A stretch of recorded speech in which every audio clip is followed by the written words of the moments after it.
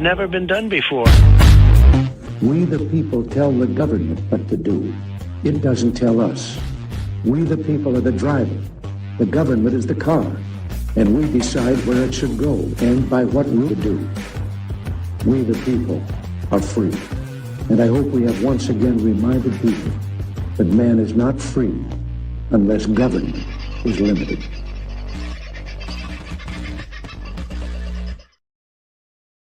Hello, beautiful people. How are you this very fine day? I'll just mute the phone so we don't get disturbed by those that keep calling me when they shouldn't be. How's your day been? Going along all right? The week is sort of slowly getting away from us, slowly but surely. Thank God that it is. Always like to put another one behind us. Just brings us another one closer to a new beginning. And I do think there is a bit of that happening at the moment. Tony, first in the house tonight, mate. Well done. And Tony has sent me a message. I don't know if I've actually been able to. Oh, yes, righto. It has arrived. Tony sends me lots of messages by text, and if I'm going to use them in the show, all of you should be aware of this. I'm going to use them in the show. I have to send them to the computer. So these things are sometimes better emailed to me because I've got to send them off my phone to get them into the computer, to get them up here to see you. But apparently a lot of water happening down south in Victoria land today. And right now there are flood warnings, apparently, that are taking place. And even though I've saved it, yep, there it is. Flood warnings happening all around Melbourne at the moment. Of course, a lot of those roads are very low, and you'll see there is particularly in the north. And I saw a bit from Deb Shippard, who's on the Overlander, coming over from South Australia, said it's been pouring all the way over there, and coming through Geelong at the moment. It's pretty wet. So apparently persistently precipitating in Melbourne at the moment. So stay dry, folks. I hope you're not getting washed away, but by the sounds of it, some of you are. Might be a good night to sit in and just listen to podcasts, this one, and then when this one's done, pop over and check out Truth Talk Down Under tonight. That's Beckio and the girls.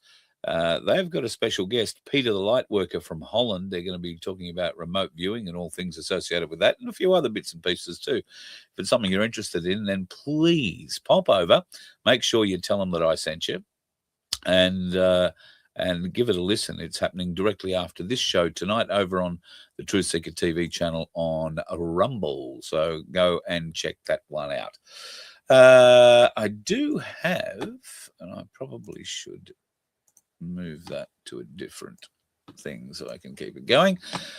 We do have a whole heap of comments in tonight's show. So thank you, folks, for leaving those comments. And if you could also leave your like and subscribe, give us a thumbs up. Every little bit helps, folks. And if you aren't on our main channel, that's youtube.com/VOF, please go over and subscribe to that. It is our main channel. And more and more in the future, you will see things being uploaded to there that will not be uploaded anywhere else, or anywhere else other than maybe the Rumble channel. So make sure you subscribe to the right channel for us, folks. It will go a long way to making sure you receive the messages that we're putting out. And there are going to be a few of those coming up in the not too distant future, I think. G'day, Ali. You think tonight's show should be good? Well, yeah, there are some interesting people in the world, I've got to say. Yes, we will talk a little bit about mental health. G'day, Debs. Hope you're doing okay. The lovely Connie is in the house. Sandy, trying to be early. You were early too at 5:25. Bit of rain down your way. The donkeys are all okay, though. So a bit of a flash flood or flash storm, if you like, came through this afternoon down towards the donkey sanctuary, but all are well. I'm not seeing what that in the frame at the moment, so I'm guessing that what that is either recovering or is currently in surgery. I did speak with him briefly this morning.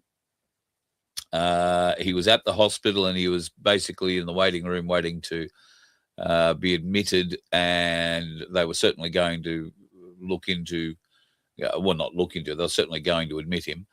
The surgery, I believe, was planned for late this afternoon or early this evening. It really depended on what sort of came into the emergency. So we should hear something maybe before the end of the show, which means I should probably put that a little closer to me.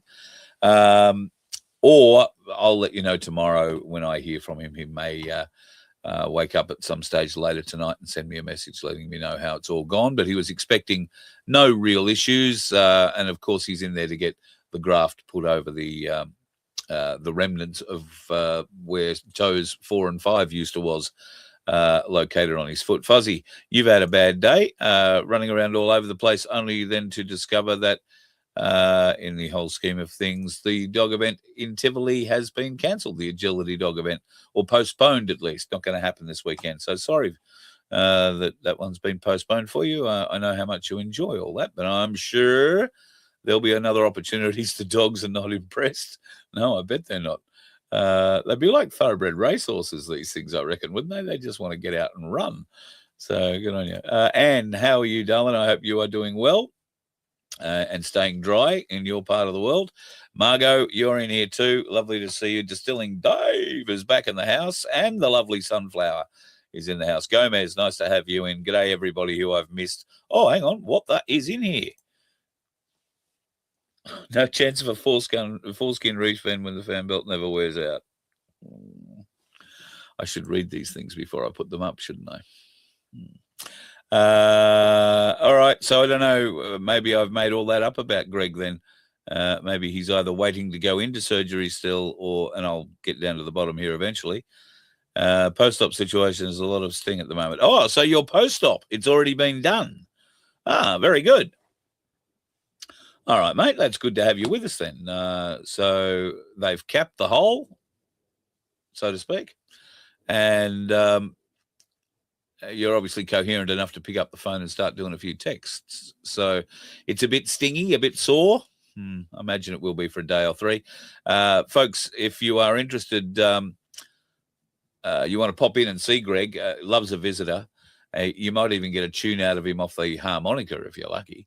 But I'm gathering he'll probably be back in Ward 4 at SCU. So I'm sure he'll let us know one way or t'other. Thank you, mate. Trying to keep up the good work, just trying to keep working, basically. That's it. We keep doing what we do. And hopefully we can help people make a difference. Waking up now.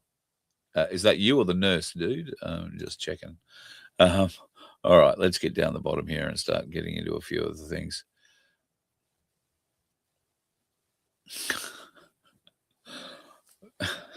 I love the way he describes this. When people ask Greg what toes they amputated, he says the toe that didn't get roast beef and the little one that went wee, wee, wee all the way home. They're the two, in case you were in any doubt and hadn't been able to see them. The photos of them, we're happy to share. Anyway, mate, I hope you're doing all right. There you go. Here we are, Ward 4, bed 16. If you're going to call in and see what he's at the Sunshine Coast University Hospital. He accepts sandwiches, doesn't mind bacon. And I'm pretty confident they'll have him up walking around on that foot pretty quick. So you'll probably find him downstairs in the food court where he's topping up his protein requirements regularly. At least he was when he was there for 41 days previously. Anyway, mate, you're not going to be there that long this time. So good luck to you. I hope it all goes or has gone very well. And post-op things move for you in ways that we are expecting them to, brother. Hope it goes well. Let's get into it tonight, shall we? So you want your foreskin back. Woohoo! So I think it's important, folks, that we recognize mental health in all its manifestations. And here is one that I have hitherto not come across. It's not a fetish. It's not politics. And it says here that it's not extreme. Well, apparently there is groups where you can feel jaded because you've had your foreskin taken from you. You were circumcised at birth, And now there's a bunch of blokes who gather together online to cry about it. I'm sorry, to talk about it, to expose their feelings of, oh, God, I don't know, to make shit up about it, I think. Roughly 1 in 7 newborn male babies in Australia are circumcised today. Those numbers are not representative of what it was like in my day, I can tell you. That represents a significant drop, there you go, in the medical and cultural practice compared to previous decades.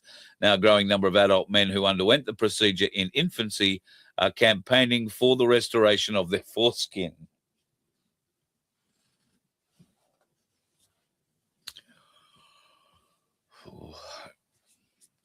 I want to know, and I've sent an email to the person who wrote this article. I want to know how many men they spoke to regarding this. Because I rang 8 men that I know and had the conversation, are you circumcised or not? Of the 8, 6 of them were circumcised, and not one of them felt any great desire to get their foreskin back. Of the other 2 who had their foreskin, they were more interested in why I was asking sick questions about it than telling me too much about it themselves. Now, I understand their logic there, don't get me wrong. It's all good. But seriously, what sort of mental health issues is one facing if you are concerned and upset at your mummy and daddy because you were circumcised at birth? I've got to look... I'm going to make an admission. At birth, I was circumcised. Now, at birth, I was adopted. But my biological mother made a legal note that said I had to be circumcised. Now, that was 1965. So... don't think there was anybody putting up an argument in those days. So,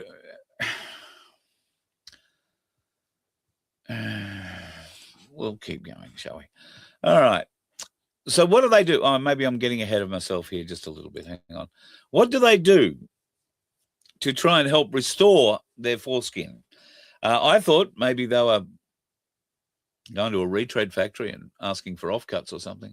Good surgeon to stitch them back on, but apparently that's not the case. They do things to encourage growth. Now, I want to be clear. Are we completely sure this isn't men who just want to fondle themselves in public at various different times, playing it off with the fact that I'm trying to grow my foreskin back? So apparently what you're meant to be doing is stretching what skin you have left over the foreskin, which is, that's the wrong picture. Stretching the skin over the end of it in the hope, I guess, that you're going to stretch enough skin over it to make some kind of a difference. It takes many years, apparently, and there are tools, implements that you can wear that somehow manage to put pressure on the skin to try and make it. The question I have, folks, is a pretty simple one. Who is giving these people air? I'm sorry I am. But who in their right mind is encouraging these sorts of conversations? Is this part of the wave of shit that has swept through and was exhibited beautifully recently in Senate estimates when the Sexual Discrimination Commissioner was asked a whole heap of rather tricky questions about how a transvestite male could get pregnancy leave, amongst other things, or could not get a job in case or on the possibility of being pregnant. Weird shit. So I'm just, I'm intrigued as to why anybody would think this is good. You might be wondering why I'm waving a knife around. It's because, folks, I'm going to make an attempt at demonstrating what they're talking about doing here. Now, I know this is not our average show, but I thought it's important that we do this. So at a certain stage in a young boy's life, he is presented with an option. to be whole or to undergo something that makes him less whole. It is unfortunate that that young boy doesn't get the choice at the time, although I can tell you that when a boy of 14 has the choice made for him, as a bloke I went to school with did, who was uncircumcised and at 14 had to go and have for medical reasons, a circumcision. And I can tell you, it did not go well. The man was in pain, not for days or weeks, but for months, unable to walk, couldn't put a cricket box on, which was no great loss because he was bloody useless at playing cricket. But it just goes to show, not an easy thing.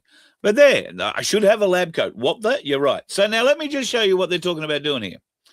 They say that little bit on the end's got to come off. So I'm not Jewish. I haven't done this before. So we'll just see. And I imagine you've got to be careful of the soft pink bit, the soft white bit inside. So I'm just, be gentle. I'm not sure if you're meant to use a sawing action or it does appear that I may have come up a bit short, so to speak. I mean, at one end, not the other end, this end. But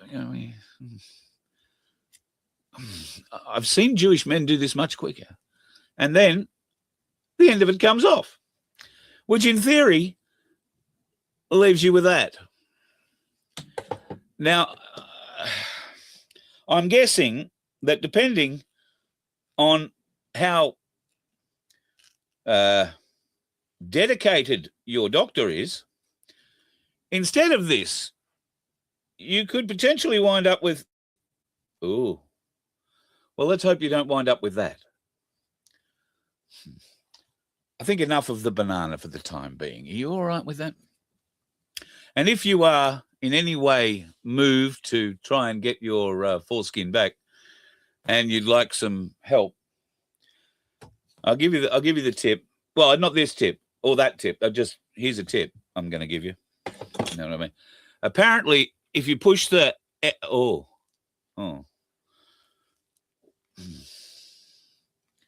all I'd suggest is you do it gently. I think that's my dinner, by the way. So, anyway, thank you. That's not a knife. You're right. I do have a bigger one. And we are talking about the knife there. Thank you. Anyway, I hope you enjoyed that small sojourn into mental health in Australia. And if you come across one of these individuals, hand them a banana and a knife and get them to cut the tip off and see if they can stretch the skin back over it. I'm sure it'll work terribly, terribly well, don't you think? My Lord. At any rate, for those of you that are awfully upset about it being chopped off without your consent, well, get over it. I mean, God, get over it. Anyway, moving on. Other things happened today. This young fella, the patriot that booed ANZAC Day, his name's Toby. He is one of the many that booed in Sydney on ANZAC Day morning. He fronted court today where he was made to have a conversation with a very woke judge. The conversation didn't go terribly well. Toby told the court that his feelings were shared by many people in Australia, and he would be 100% right. His feelings are shared by the majority of Australians, and he stands for what he believed was the right thing at the time. He's also had prepared a statement basically telling the court about the recent poll that 50,000 Australians took, and 65% of them said that they would prefer there was no welcome to country at all. That didn't go down terribly well in the court. He was repeatedly hassled by this very woke judge about whether or not he was sorry. And he eventually wound up admitting that he was sorry that he caused an uproar, and he was sorry to his family because obviously they'd suffered a bit with this too, as happens with a lot of people who stand up for what they believe is right. and the community, for whatever reason, has been brainwashed into something else. He said he has mixed feelings about what's happened, but refused to give a straight yes or no, refused to say that he was sorry for booing those actions. Now, it's important, I think, that people understand the booing, and I support the booing at ANZAC Day 100%. I turn my back on welcome to country ceremonies whenever I hear them, because I don't need to be welcomed to the country of my birth. And we've said sorry. We've paid enough money. We've bent over long enough about what happened 200 plus years ago. I'm over it. Don't care anymore. And the more you bleat on about it, the less I care about it. And I think that is indicative of most Australians. You know, at one time we wanted to be fair, but when we were fair, you took it too far. And now you have people like me that, if pressed to go into a government agency, will stand there and look those fucktards in the eyes and say, yes, I'm an Aboriginal, and watch them have a conniption while all that has to compute. Why? Because I'm a bastard and I enjoy doing it to them. But it's also to try and shock them awake into the system, because they can't argue with me, and yet they know I'm lying. It's just stupidity. But anyway, we all make dents in our own little way, and Thomas Sewell has been making dents.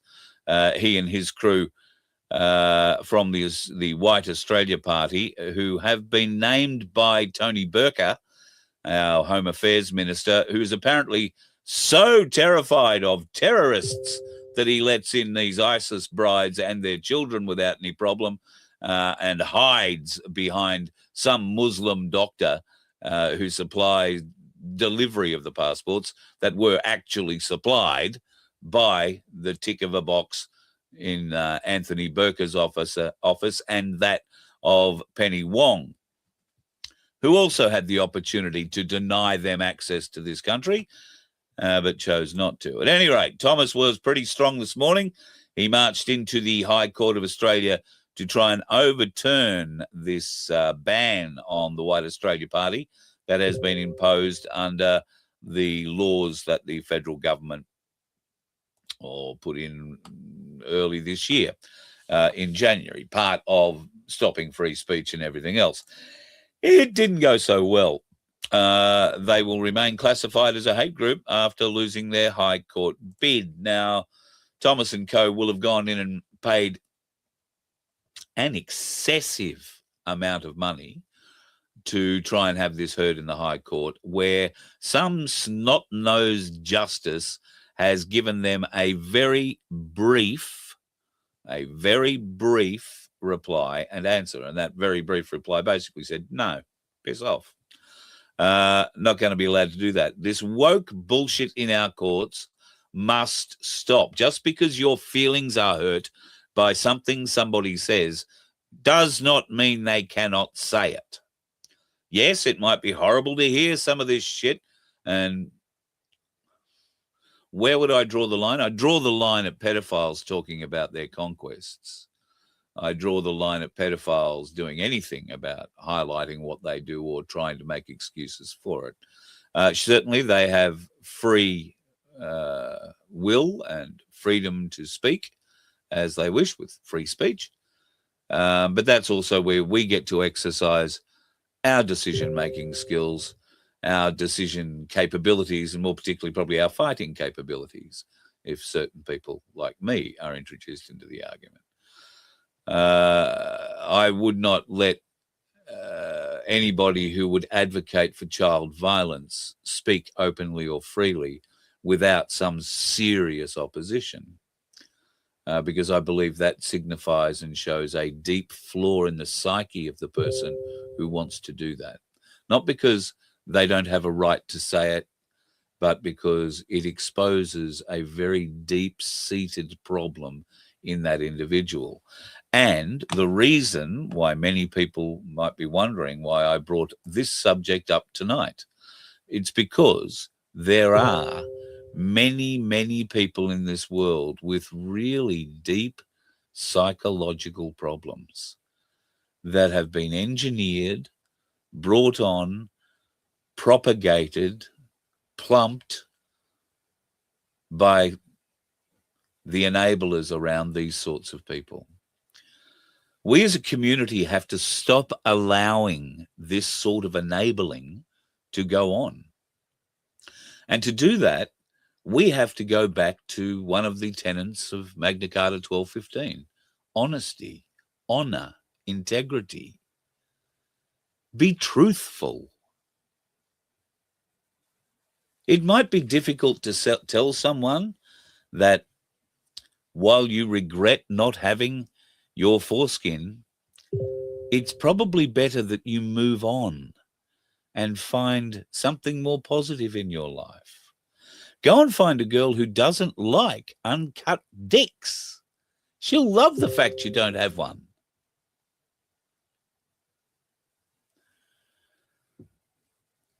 I don't know.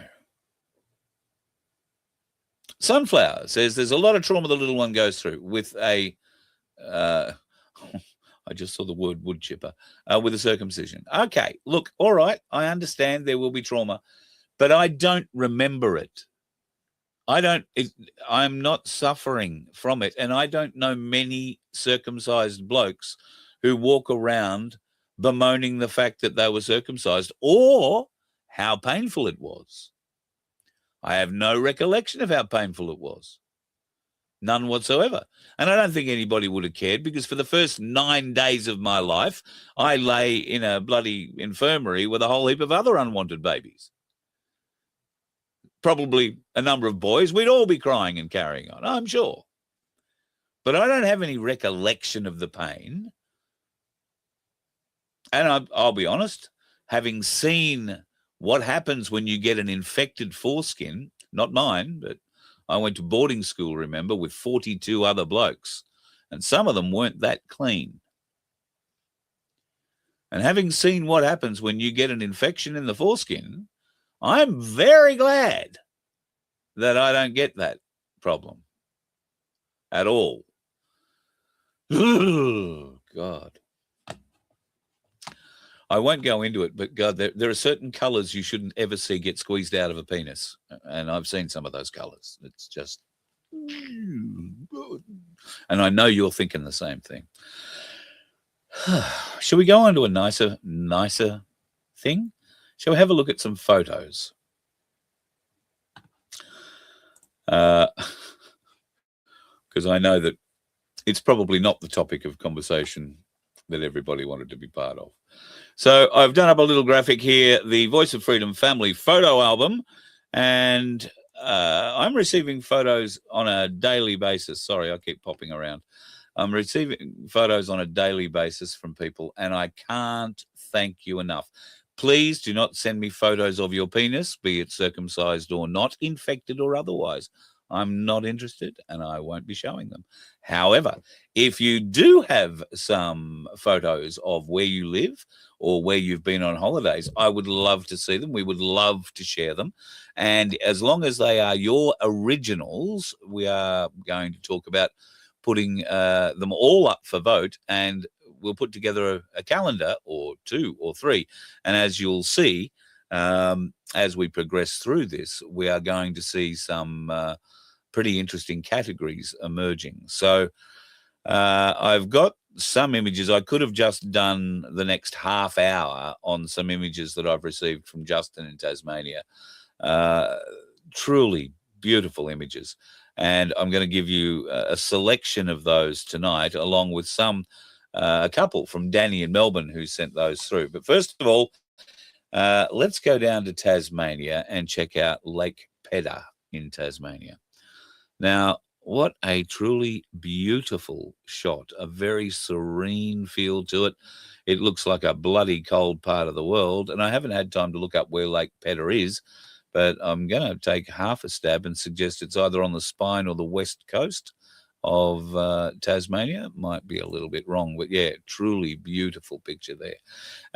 And I'm going to say that a lot here because this is another one that he sent through. This is Crescent Bay in Tasmania. And seeing those clouds, going to get me off topic, seeing those clouds reminds me of the clouds that we saw above Brisbane a couple of days ago. Now, Tim, who I'm very fortunate enough to be able to share a small portion of his property, Tim watches the skies quite a lot. And day before yesterday, Brisbane was hit with a plume that seemed to be emanating, sort of coming off the Western Downs and blowing across. The plume looked very strange, and the wisps that were coming off it were very weird as well. But then we looked a little further north, and I haven't got any pictures of it, but it looks almost like, and we've seen this before, that there have been chemical or cloud bursts going on with some of these aircraft that had flown around. And just in the half an hour or so that we were out watching, we saw 3 aircraft at 3 different flight levels, all dropping their shit, spraying their shit at the same time. Now, there were also very, very strong westerly winds that were blowing all those clouds straight out to sea, and it was providing a big mixing atmosphere. And I believe what we saw with those sort of starburst cloud images that were flooding people's Facebook pages on Tuesday or Wednesday,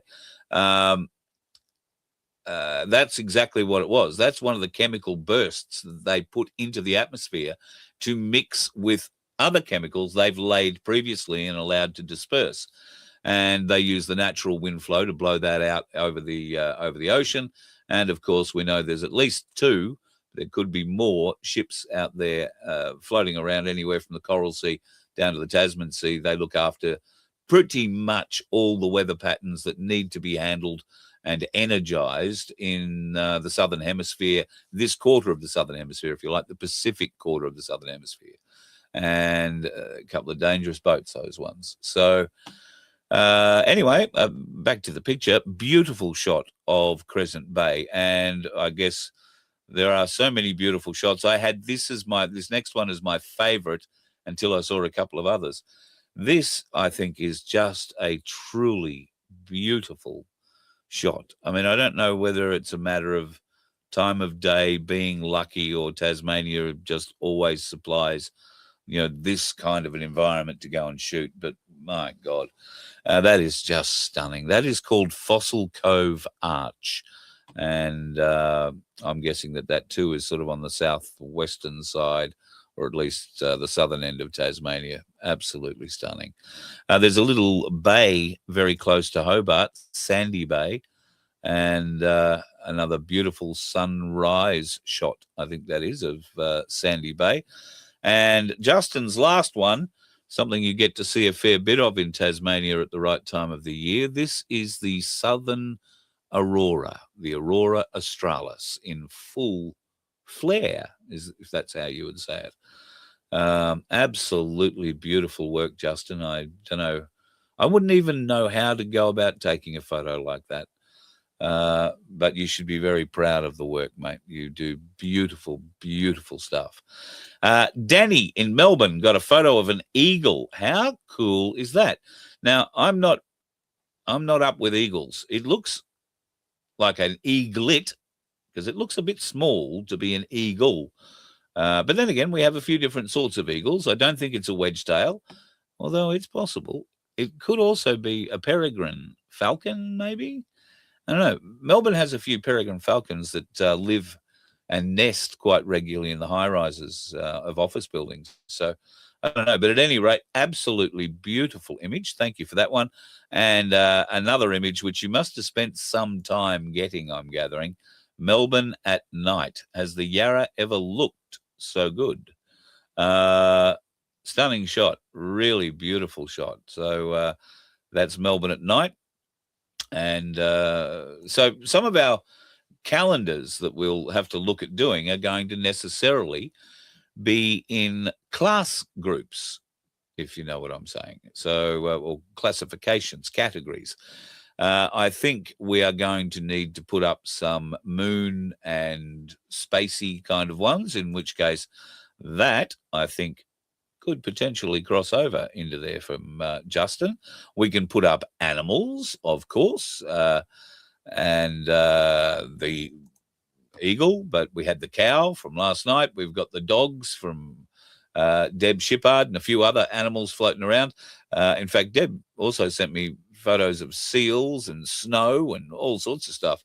So I'm being pretty brutal in culling photos, what I'm putting into the folders to save, and I'm not showing you all the photos I'm getting.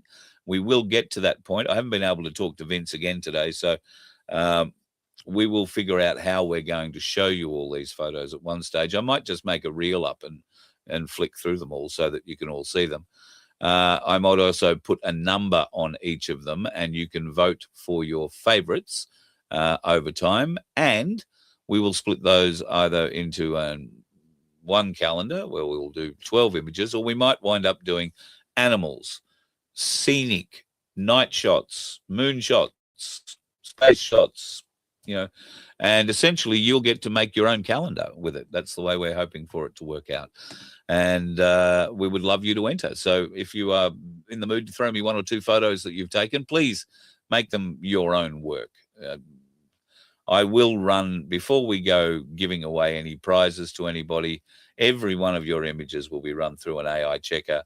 We will do some interrogation in other ways and means to find out whether or not these have been AI created, and they will be immediately dismissed. We're not going to have an AI creation winning any gold or silver. We like reality around here.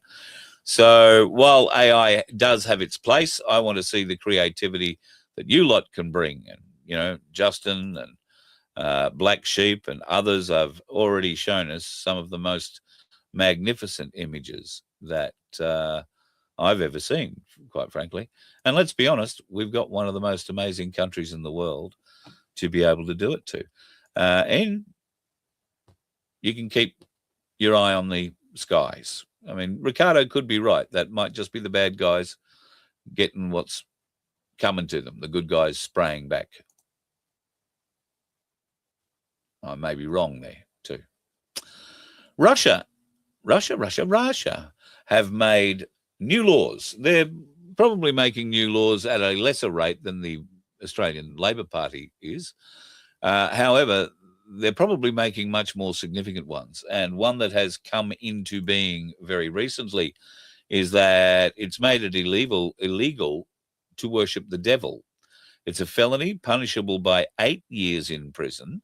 And the new law is being called the most extreme anti-Satanism crackdown in modern history.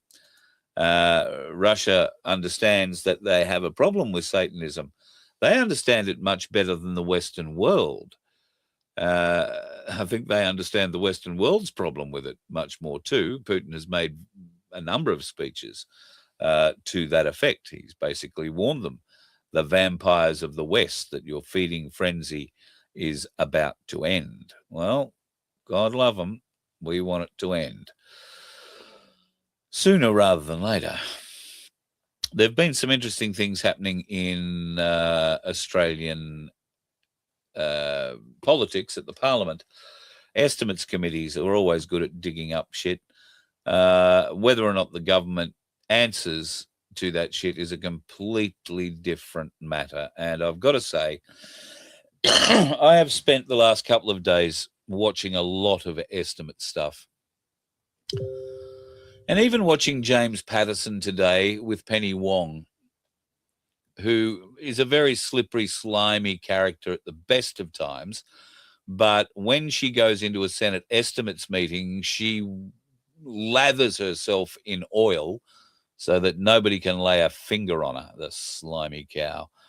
However, Senator Shoebridge and others were pushing to learn a lot more detail about the Australians who were arrested by Israeli military as they were on a flotilla into Gaza recently. Now, you may or may not have heard that a lot of those, in fact, all of the people that they arrested were taken, tortured, and eventually released. Some of them haven't been released yet, but the Australians were released. But not before they had their fair taste of it too. What did the Australian government do about all that? Well, Shoebridge had some questions. Minister, Thank you for the correspondence in response to representations I made to you regarding the global Samud flotilla, and I did receive that a little bit before 10:30 this morning. Look, I was away for. I'm conscious that I would have liked to get it. Minister, get it to you I'm thanking you. I thought we should try and get it to you before estimates. Thank you. And I note that that correspondence includes your statement that while Australian consular officers did all they could to provide consular assistance to Australian participants in Israel, including travelling to Ketziot prison twice and attending the airport where the participants were deported, Israel refused consular to provide access, but I think it means Israel refused to provide consular access. Correct. Yep.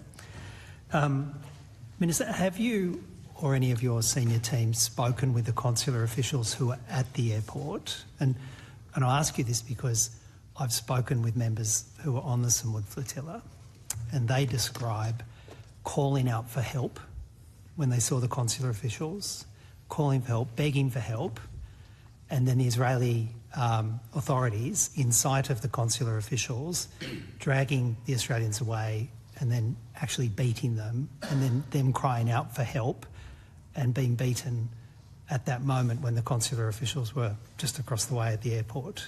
Have you spoken with the consular officials about that instance? Senator, I have spoken to consular officials about the events in Israel, including at the airport. From what I understand, there was a screen that was erected and the consular officials did not have line of sight to what was occurring behind that screen. And we have expressed our concern a number of times to the Israeli authorities that we did not have any consular access in Israel. Did they hear the cries for help from the Australians, and did they hear the sound of the beatings that were happening? Have they reported that to you? So from what I understand, it was a very noisy environment, a very crowded environment, and they did hear screams.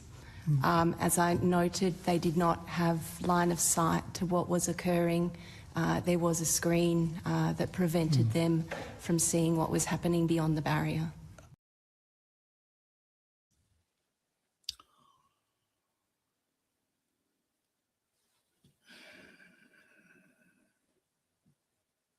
Israel.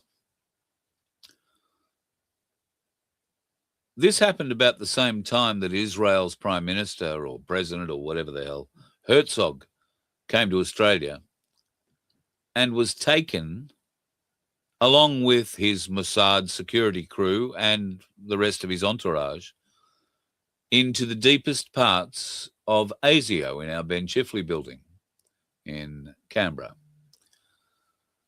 I'm still trying to come to some understanding of why the leader of Israel was allowed into ASIO's headquarters. I mean, okay, it was after the shooting in Bondi, but I don't recall ever hearing of any other leaders being shown into our ASIO headquarters, except maybe Kash Patel, who came over and, no, that wasn't, he went and had a chat, I think, with Mike Burgess, who managed to keep his job, but the guy who was the head of the AFP didn't, and that's how we wound up with this piece of work. Chrissy, whatever her face is, Bartlett, who seems to think that her excuses about the arrest scenarios laid out for Ben Roberts-Smith are okay and plausible and understandable. The fact of the matter is they are lies. And the head of the Australian police, the federal police, is a liar to the face of the politicians and the people of Australia. I guess the only question we all have to ask is how much longer will we put up with it? I really don't know. I mean, I'm going to go back to something young Toby The young fellow who got fined $880 today for booing on ANZAC Day, for booing the welcome to country. I'm going to go back. He was caught outside court today and asked his reactions to a few things. I should have played this earlier, but it's just as important now, I think, to make sure we hear what he says. It's not going to deter me at all in expressing my point of view. I think people should continue to boo the welcome to country. I think it's a disgrace, especially at the Shrine of Remembrance. That's the day where it should be about Australian soldiers, Australian and New Zealand soldiers. It shouldn't be about Aboriginal grievance politics. I think the magistrate made the wrong decision. I think that we should be allowed to express our point of view, even if the Shrine of Remembrance wants to use the solemnity of the remembrance as a shield for wrongdoing. It doesn't matter if you have authority or you have solemnity on your side if you do the wrong thing. And having that welcome to country is the wrong thing to do when it is about the ANZAC. Now, there is a 24-year-old young man who is thinking clearer than most people, certainly a lot clearer than the people who want to whinge and whine about their foreskin. I mean, seriously, folks, what are people thinking today? We've got that young man, which gives me great hope for our future, because that voice is not a single voice. That voice is a voice from a very large choir, and they all sing from the same hymn book. And they can sing in time, march in unison, do all sorts of good things. And just because the court says, oh, my feelings are hurt, doesn't mean, and this is what I'm liking so much about a young man, 24-year-old man, just because the court says, I'm going to embarrass you into submitting, doesn't mean you will. Toby, my hat's off to you, mate. You've stood up to the pressures, and I have no doubt there'll be a lot more of them coming your way. So congratulations. And I'd be very happy to stand beside you at the next welcome to country and boo just as loudly as you are. I don't believe in being welcome to my own country. It's a sick joke. Anyway, probably had enough of sick jokes for the night.